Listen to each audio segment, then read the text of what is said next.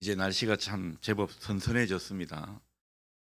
여러분 새벽기도 나오시는데 선선한 바람을 맞으니까 참 기분이 좋지 않던가요? 저도 언제 이렇게 공기가 선선해졌나 싶은 그런 생각이 들 정도로 상쾌한 기분이 들었습니다.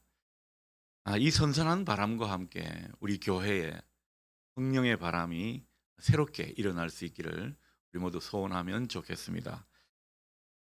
여러분 편안함을 구하는 것 사람의 본성이죠.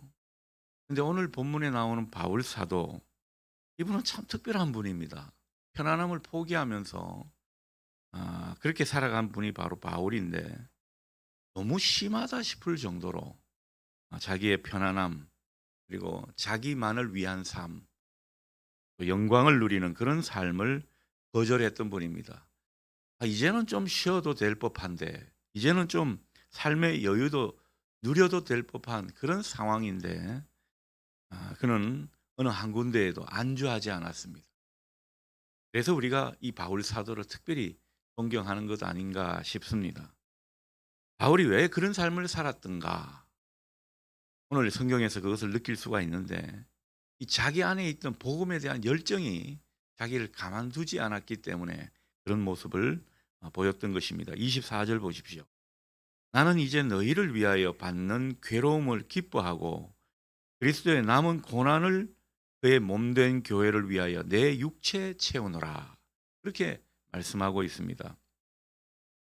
괴로움을 기뻐한다. 참 이게 역설적인 표현이죠. 여러분 괴로움을 즐거워할 사람이 어디 있겠습니까? 괴로움 그 자체가 기쁜 사람이 어디 있겠습니까? 다만 이 바울에게는 괴로움도 불사할 만한 그런 열정이 있었기 때문에 결국에는 그 열정이 괴로움을 잊게 만든 것입니다. 바울은 이렇듯 복음에 대한 열정에 사로잡혀 있었던 사람입니다. 그 열정 가지고 교회를 섬겼고 그리고 교회를 섬기다가 보니까 교회를 통해 교회를 위해서 받는 그런 괴로움을 자기도 경험했는데 열정이 너무 강하다 보니 그 괴로움도 기뻐하게 되는 그런 모습이었던 것이죠. 그리고 그리스도의 남은 그 고난도 자기 육체, 자기 육신에 채운다고 당당히 말하는 것입니다. 근데 여러분 이 오늘 24절 이 부분이 울며 겨자 먹기식으로 말하고 있는 것 같습니까? 울며 겨자 먹기식으로 그렇게 말하고 있는 것 같지는 않습니다. 슬픈 감정이 아니라는 거죠. 얼마 전 달리기를 좋아하고 또 기부를 많이 하는 그 션이라는 연예인 여러분 아실 겁니다. 그 약간 스포츠 머리 하면서 틈만 나면 뛰는 분 있지 않습니까? 기부도 많이 하는 그런 분인데 그분이 뭐 가수인 것을 잘 모르는 그런 젊은이들이 많다고 합니다. 그만큼 이 스포츠인으로 오해될 만큼 달리기를 좋아하시는 분인데 이분이 광복절을 맞아서 100km 마라톤을 하는 그런 행사를 준비했더라고요. 그리고 그것을 또 잘 이렇게 행사를 치른 것을 보게 됩니다. 42.195도 참 힘든 거 아닙니까? 근데 100km 달리기라니 야 이걸 어떻게 하는가? 그리고 왜 이렇게 고생을 사서 하는가 봤더니만 이분들은 그 유명한 분들을 모아 가지고 그분들은 다 이렇게 이어 달리기로 하고 자기는 끝까지 완주하는 그런 모습을 통해서 많은 이 기부금을 모았더군요. 그리고 그 기부금을 즐거이 또 어 어려운 사람들 또 불우한 이웃을 위해서 돕는 그런 일에 자기가 행복한 감정을 느낀다고 그렇게 말하는 것을 보면서 '참 대단하다.' 그런 생각이 들었습니다. 뭔가 자기가 추구하는 바가 그리고 그 추구하는 바를 위한 열정이 강하니까요. 그 자체가 고생이고 힘든 일이라 할지라도 기쁨이 있다라는 것을 보여주는 그런 모습이었습니다. 바울이 그랬습니다. 바울은 일평생 사람들에게 복음을 전하고 틈만 나면 예수를 알게 해 주고 그리고 복음의 말씀을 듣고 주님께 돌아온 그 사람들을 향해서 온전한 사람을 만들어가는 그 일에 자기 인생을 바쳤던 것이죠. 열정을 다 쏟았다라는 것입니다. 그게 아무리 힘들고 어려운 일이라 할지라도 너무나 행복하게 그 일을 감당했던 사람이 바로 바울이었습니다. 도대체 바울의 그 열정의 이면에는 또 어떤 것들이 있기 때문에 이런 모습을 보였을까 우리는 생각해 보게 됩니다. 여러분, 강한 열정은요 다 그 밑바탕이 있는 것이거든요. '아 저분이 왜 저러나.' 그런 어떤 모습을 우리가 의아하게 생각하는 대목에서는 항상 그분이 독특하게 주님을 만난 체험이 있기 때문에 그런 모습이 있다는 것을 우리가 보게 됩니다. 바울도 그랬죠. 여러분, 바울만큼 주님을 강렬하게 만난 분도 많지 않을 겁니다. 그 다메섹 가는 길에 이 강력한 영광의 빛으로 찾아오신 그 주님을 이 바울이 경험했죠. 그리고 바울이 이후에 얼마나 많은 주님의 일을 하면서 또 주님을 만났는지 모릅니다. 그 주님을 깊게 만난 체험이 그 이후에 자기의 삶을 달리 만들게 된 것입니다. 주님을 경험하면 순간의 그 강렬한 체험, 신비한 체험이구나. 이것으로 그치지 않을 겁니다. 바울은 주님을 만난 이후에 주님을 경험한 이후에 많은 것들을 분명히 알게 되었습니다. 내가 왜 세상에 왔는가? 내가 지금 무엇하며 살아야 하는가? 앞으로 나는 어떻게 주님과 함께 사는 것인가? 이런 문제에 대해서 깊이 깨닫게 되었습니다. 우리 중에도 젊은 친구들 그런 분들 있을 거예요. 내가 앞으로 무엇하며 살 것인가? 나는 어디로 가고 있는 인생인가? 나는 누구고 나는 어디로 가고 그리고 나는 과연 미래에 어떤 사람이 될 것인가? 뭐 여러 가지 고민이 많겠죠. 오늘 바울처럼 예수 그리스도를 깊게 만난 사람은 그 부분에 대한 명확한 답을 갖는 줄 믿습니다. 그래서 자기의 비전과 꿈을 발견하지 못한 사람은 예수님을 깊게 만나는 체험이 필요하다는 거죠. 여러분, 바울 서신 신약 성경에 13권이나 되는데 그 13권 내용을 쭉 들여다보면 바울의 신학이 얼마나 위대한 것인지 우리가 새삼 느끼게 됩니다. 근데 그 많은 그 신학이 다 체험을 바탕으로 한 신학이라는 거죠. 그래서 위대한 것입니다. 그냥 머리로 사변적으로 신학을 정립한 분이 아닙니다. 자, 바울이 자기가 어떻게 살아야 하는지는 분명히 깨달았고 또 거기에 이어서 정말 이 세상을 다스리는 그 중심에 누구가 있는가? 그리고 역사의 중심에는 또 누가 계신가? 그것도 분명히 알았습니다. 역사의 중심에는 언제나 예수 그리스도가 계시다는 것을 바울은 깨달았던 것입니다. 오늘 본문 26절, 27절을 보면 예수 그리스도를 일컬어 뭐라고 표현합니까? 하나님의 비밀, 그리고 하나님의 영광이라고, 그렇게 비밀의 영광이라고 그런 표현을 쓰고 있습니다. 여러분, 성경에서 예수님을 가리켜 어떤 표현을 쓰냐면 특히 요한계시록에 보면 주님은 알파와 오메가다 그렇게 말씀하십니다. 이 역사의 처음과 끝이라는 거죠. 모든 세계를 다스리는 그 하나님의 모든 운행하는 역사 가운데 중심이라는 거죠. 그게 바로 예수 그리스도라는 것입니다. 그래서 우리가 인생을 살면서 이 세상에 발붙이고 사는데 이 세상을 누가 통치하는가? 그것은 사람이 아니라 바로 예수 그리스도라는 것을 바울은 깨달았고, 그래서 모든 역사가 예수 그리스도를 중심으로 향하여 오고 또 나눠지게 된다는 것을 깨닫게 된 것이죠. 여러분, 그것을 증거하는 비근한 예로 어떤 것이 있습니까? 이 역사의 분기점이 누가 계십니까? 예수 그리스도가 계시죠. 예수 그리스도를 중심으로 역사는 나누어집니다. 기원전을 뭐라고 그럽니까? BC라 그러잖아요. Before Christ. 바로 예수님 이전 이런 뜻이 되겠죠. 그리고 기원 후를 뭐라 그럽니까? AD라 그러죠. 아노 도미니. 이것도 라틴어인데 이 주님 이후 이런 뜻이거든요. 그러니까 이 도미니도 주님이라는 뜻을 우리가 생각한다면 모든 게 주님이 기준이라는 거죠. 바울이 생각한 것이 바로 이런 측면이라는 겁니다. 모든 게 중심이 예수 그리스도다. 지금도 이 세계를 다스리시는 분이 바로 우리 주님이시다. 여러분, 이 사실을 고백할 수 있기를 바랍니다. 자, 그런데 참 이 비밀의 영광이신 주님은요, 온 세계를 통치하시고 역사의 중심이신데 그분이 저 멀리 계신 게 아니라는 거예요. 그 위대한 예수님은 바로 내 안에 계신다라는 것입니다. 바울이 고백하는 것이 바로 이런 겁니다. 이게 얼마나 비밀스러운 내용이겠습니까? 모르는 분은 그게 말이 되냐? 이 비밀이라는 것은 사실 처음 듣거나 모르는 분들에게는 말이 안 되는 소리일 겁니다. 그러나 알고 그것을 깨닫게 된 사람에게는 비밀이 하나님의 지혜가 되는 거죠. 바로 그 측면을 우리에게 말씀해 주고 있습니다. 27절을 볼까요? 27절을 보면 그렇게 되어 있죠. 하나님이 그들로 하여금 이 비밀의 영광이 이방인 가운데 얼마나 풍성한지를 알게 하려 하심이라.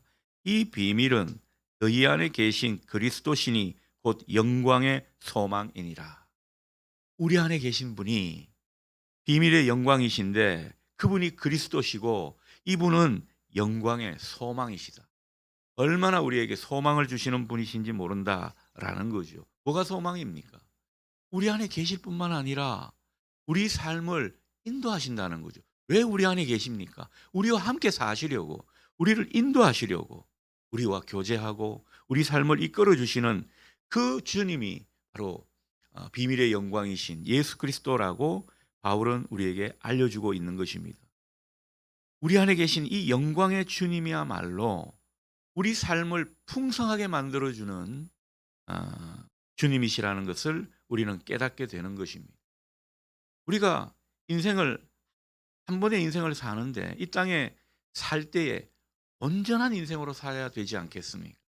우리 인생이 좀 풍성한 인생으로 그렇게 삶을 더욱더 깊이 있게 더해가면 좋지 않겠습니까? 그것이 예수 그리스도로 말미암아 가능하다라는 거죠. 자, 이렇듯 영광의 주님은 세계를 통치하시는 주님이신데 우리 안에 계시면서 우리 삶을 주관하고 우리의 모든 것을 이끌어 가시는 그런 분이라는 것을 바울은 우리에게 말씀합니다. 여러분, 이 사실을 믿으십니까? 이것을 믿는 사람들은요, 그 어떤 인생의 상황에도 흔들리지 않게 됩니다. 사람인지라 뭐 흔들리죠. 그러나 이내 이 주님을 다시 한번 붙들고 깨닫고는 흔들리지 않는다라는 거죠. 왜 흔들리지 않습니까? 이 자기 믿음이 모든 상황을 주님이 다스린다는 그 믿음에 있기 때문입니다. 자기한테 주어진 그 모든 일 주님이 해결하실 거거든요. 주님이 다스리시기만 하면 주님은 다 해결하신다는 것을 우리가 알고 믿기 때문에 흔들리지 않는 것입니다.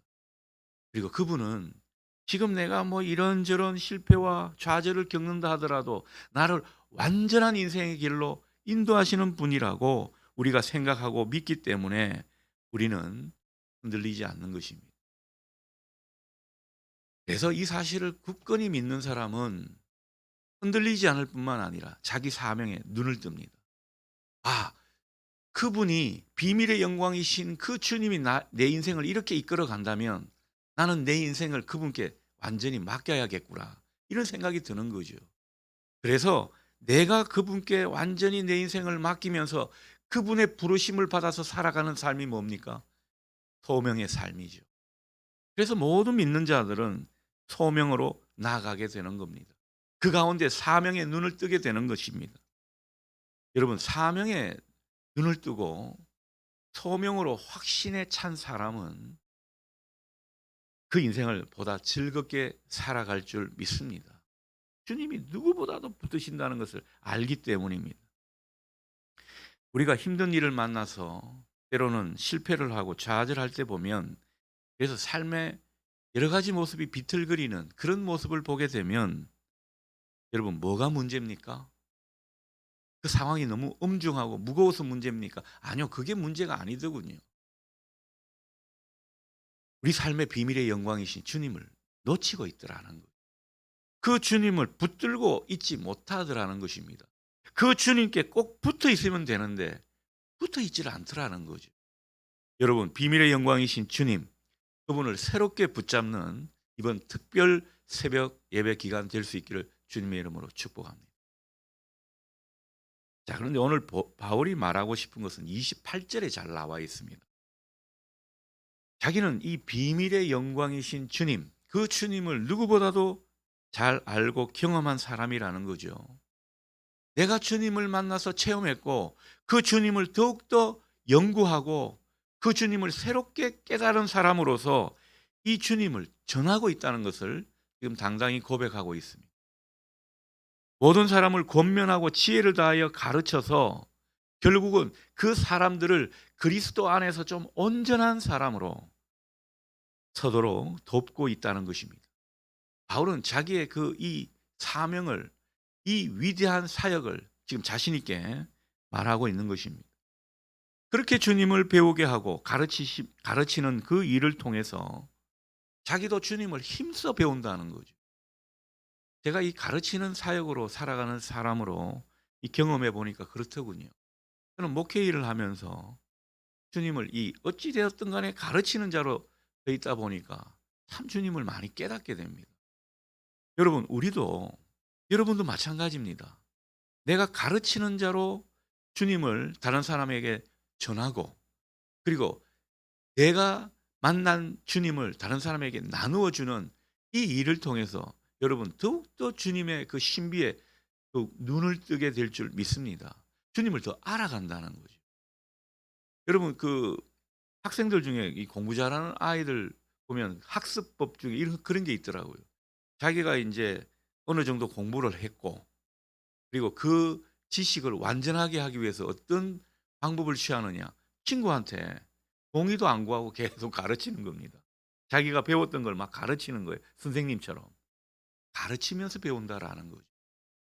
저는 이 바울이 고백하는 것이 우리 모두의 삶의 중요한 발판이 되면 좋겠어요. 우리도 이런 삶을 살면 좋겠습니다.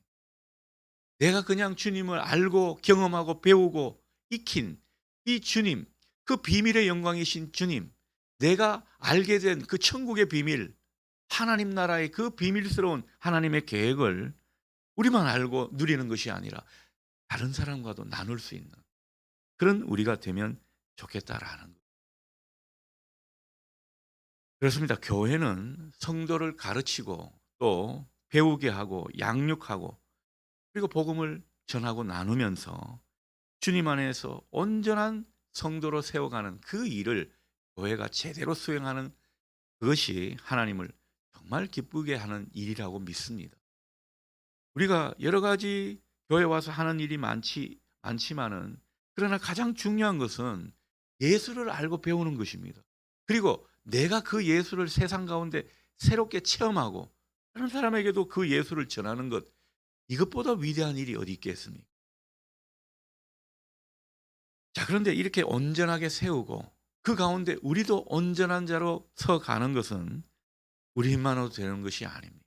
그래서 바울은 주님이 도와주셔야 한다는 점을 마지막 29절에서 이야기하고 있죠. 29절 이런 내용입니다.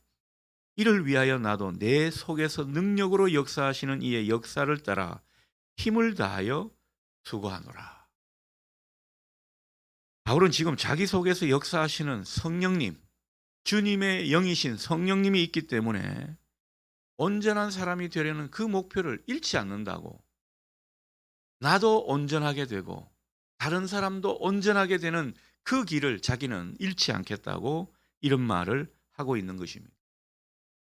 이게 정말 하나님 나라의 중요한 일인데 이 일은 우리 힘으로 할 수 없다라는 거죠. 우리 힘으로도 안 된다라는 것입니다. 우리 힘으로 하려다 보면 쉽게 지치고 낙심하게 되는 거죠. 하지만 성령은 우리로 하여금 낙심하지 않고 정말 하나님 안에서 이 목표를 향하도록 때로는 우리를 격려하고 힘을 북돋아 주시고 깨우쳐 주시는 줄 믿습니다. 바울은 지금 그 점을 우리에게 다시 한번 일깨워 주는 것입니다. 우리가 할 일은 무엇입니까? 주님 안에서 온전한 자로 세움을 받고 또 다른 사람을 세우는 이 귀한 사람 낚는 일에 있어서 우리가 힘을 다하여 수고하는 것입니다. 우리의 몫은 거기에 있습니다. 참 신비한 일인 것이, 우리가 이 일에 사명을 갖고 힘을 다하여 수고하게 되면 그 가운데 성령님이 역사하시기 때문에 반드시 열매를 맺게 될 줄 믿습니다. 힘을 다하여 수고하라는 거죠. 우리가 힘을 다하여 수고하는 것만큼 성령도 역사하시는 법입니다. 여러분, 성령이 역사하시는 교회를 이루려면요, 우리가 영혼을 사랑하고 그 영혼을 주님 앞에 맡기는 심정으로 기도하면서, 그리고 함께 주님 안에서 온전한 주님의 사람으로 커가는, 세움을 받는 그 일에 우리가 열심을 내는 데 있습니다. 그러면 성령께서 얼마나 역사하시는지 모릅니다.